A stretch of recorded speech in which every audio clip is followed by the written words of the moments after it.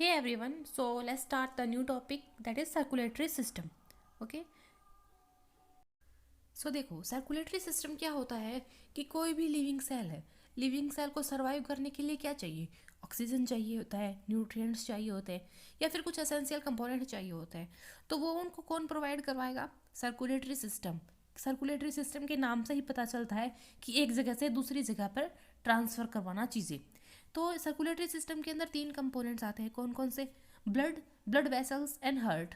तो क्या होगा, जो ब्लड होता है वो ब्लड वेसल्स के थ्रू एक जगह से दूसरी जगह में ट्रांसफ़र होगा। उसके अंदर आ जाती है आर्टरीज, वीन्स, ठीक है। तो अब हम इसके अंदर हार्ट को डिस्कस कर लेते हैं मेजरली। तो क्या होता है हार्ट, क्या होता है? मीजोडर्मली ड्राइव्ड ऑर्गन होता है। मतलब कि जब गैस्ट्रुलेशन के टाइम पे क्या होता है, हमारी 3 जर्म लेयर्स होती है, ठीक है। कौन कौन सी? एक होगा एक्टोडर्म, एक होगा मीजोडर्म, एक होगा एंडोडर्म। तो मीजोडर्म से क्या होगा? हार्ट ड्राइव्ड होगा। उसके बाद देखते हैं कि हार्ट प्रेजेंट कहाँ पे होता है। ये होता है चेस्ट कैविटी में या फिर थोरिक कैविटी के अंदर प्रेजेंट होता है। और हार्ट को कौन प्रोटेक्ट करके रखता है? पेरिकार्डियम, ठीक है। अब हम देखते हैं कि हार्ट की 3 लेयर होती हैं, एक होता है एपिकार्डियम, एक होता है मायोकार्डियम और एक होता है एंडोकार्डियम। एपिकार्डियम मतलब कि आउटर मोस्ट लेयर, मायोकार्डियम मतलब कि मिडल लेयर एंड एंडोकार्डियम मतलब कि इनर लेयर।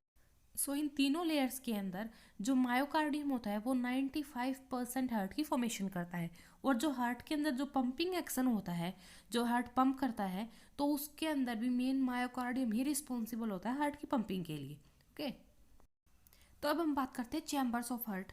तो हमें पता है कि जो बर्ड्स हो गए और जो मैमल्स होते हैं इनके पास क्या होता है? 4 चैम्बर हार्ट होता है। और जो रेप्टाइल्स में भी एक एक्सेप्शन होता है कि क्रोकोडाइल्स, क्रोकोडाइल्स पे के पास क्या होता है? 4 चैम्बर हार्ट होता है। तो इसके अंदर हम देखेंगे कि जो सुपीरियर चैम्बर होता है उसको हम बोल देंगे आर्ट्रिया, और जो इन्फीरियर होगा उसको हम बोल देंगे वेंट्रिकल्स। तो उसके अंदर क्या होगा? राइट एंड लेफ्ट आर्ट्रिया और राइट एंड लेफ्ट वेंट्रिकल्स। तो अगर इस पिक्चर के अंदर हम देखते हैं तो यहाँ पर अलग से डिमार्क किया गया है कि ये राइट और ऑरिकल से, ये लेफ्ट ऑरिकल से, यहाँ पर राइट ऑरिकल से ब्लड जाएगा किसके अंदर? राइट वेंट्रिकल के अंदर। और लेफ्ट ऑरिकल से ब्लड किसके अंदर जाएगा? लेफ्ट वेंट्रिकल के अंदर, ठीक है। और जो ये आर्टरीज हैं ये एक दूसरे से सेपरेटेड है किसके थ्रू? इंटर आर्टियल सेप्टम के थ्रू। अब हम बात करते हैं वॉल्स की, ठीक है। तो हार्ट के पास क्या होता है? 2 पेयर ऑफ वॉल्स होते हैं। एक पेयर होगा जिसको हम बोलते हैं आर्टियोवेंट्रिकुलर वॉल्स। इसके अंदर क्या होगा? जो ब्लड है वो यूनिडायरेक्शनल फ्लो होगा।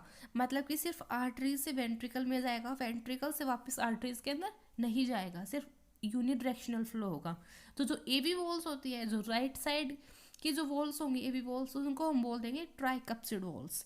और जो लेफ्ट साइड की एबी वॉल्स होंगी उनको हम बोल देंगे बाइकप्सिड और मिट्रल वॉल्स, ठीक है। तो ये तो हो गया एक पेयर। अब हम बात करते हैं दूसरे पेयर की। दूसरे पेयर में कौन सी आती है? Semilunar valves. तो ये क्या होगा? ये 2 वॉल्स से मिलकर बनेंगी। एक तो होगी पल्मोनरी वॉल्स, दूसरी होगी आरोटिक वॉल्स। जो पल्मोनरी होती है वो कहाँ से जाएगी? वो राइट वेंट्रिकल से लंग्स में जाएगी, ठीक है। और जो आरोटिक वेल्स होती है वो कहाँ से जाएगी? वो लेफ्ट वेंट्रिकल से बॉडी के अंदर, बॉडी टिश्यूज के अंदर जाएगी। सो अब हम बात करेंगे रूट ऑफ सर्कुलेटरी सिस्टम, कि जो हार्ट के अंदर है ब्लड का फ्लो कैसे होता है। तो अगर हम बात करें, एक होता है सुपीरियर, एक होता है इन्फीरियर। तो सुपीरियर क्या होगा?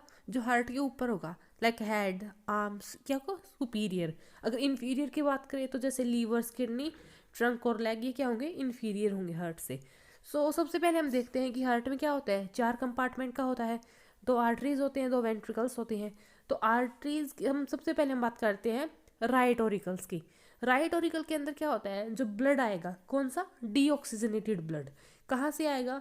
अगर हम बात करें सुपीरियर से तो कौन सा? सुपीरियर वेना केवा से किसका ब्लड आएगा?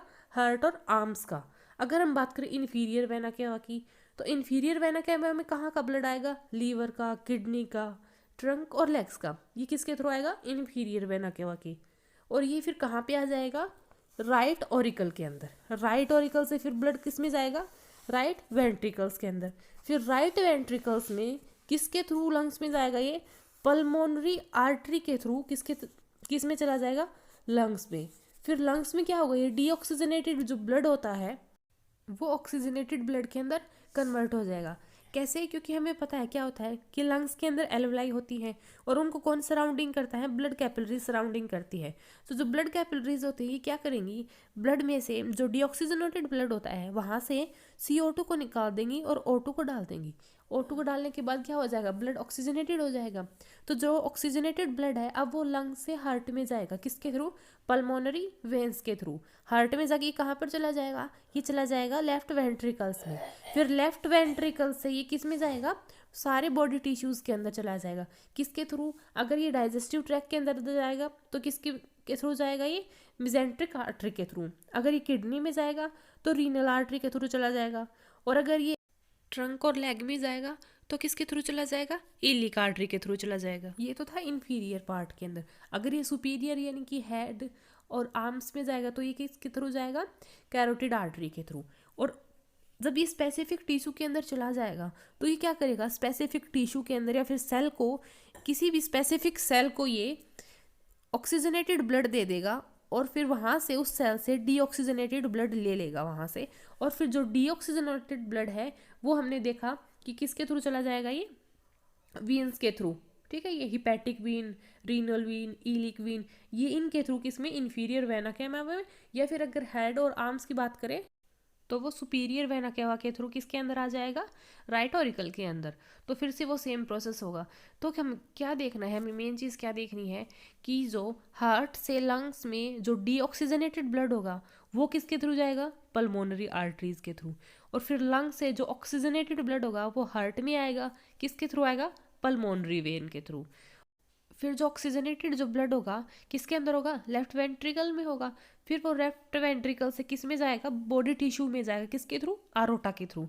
कि जो रीनल आर्टरीज, मिजेंट्रिक आर्टरीज है, इनके थ्रू चला जाएगा किसी भी पर्टिकुलर बॉडी स्पेसिफिक टिश्यू के अंदर।